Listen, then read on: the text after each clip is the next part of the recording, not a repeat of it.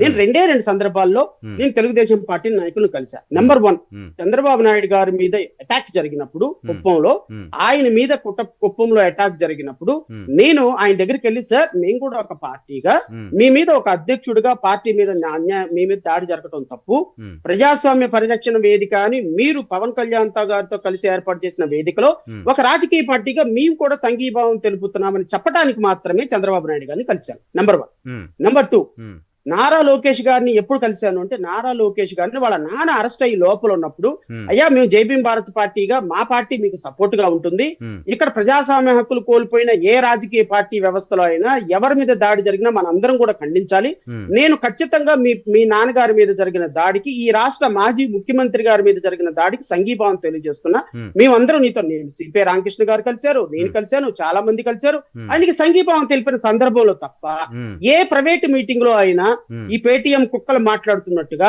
ఈ so called విషయం ఈ రోజు మాట్లాడుతున్న చాలా మంది, నేను పేర్లు ఐ డోంట్ వాంట్ సందర్భంలో అయినా నేను ప్రైవేట్ మీటింగ్ లో మా దగ్గరకు వచ్చి కలిశాడు శ్రవణ్ కుమార్ అని ఛాలెంజ్ చేస్తున్నా. నేను ఎవ్వరు ఏది ఈ విషయం ఇన్ఫర్మేషన్ అధికారికంగా ఎవరో పనికిమాలినోడు కాదు, తెలుగుదేశం అధికారికంగా ఎవరైనా చెప్పగలిగితే నేను మీడియా ముందుకు రాను సార్. నేను ఫైనల్ గా చెప్పదలుచుకుంది ఏంటంటే, నరసింహరావు గారు, నేను రాష్ట్ర ప్రజల కోసం ప్రభుత్వం మీద పోరాటం చేశాను. ఆ ప్రభుత్వంకి పోరాటం చేసేటప్పుడు నాకు మీడియా సపోర్ట్ ఇచ్చింది, నో డౌట్.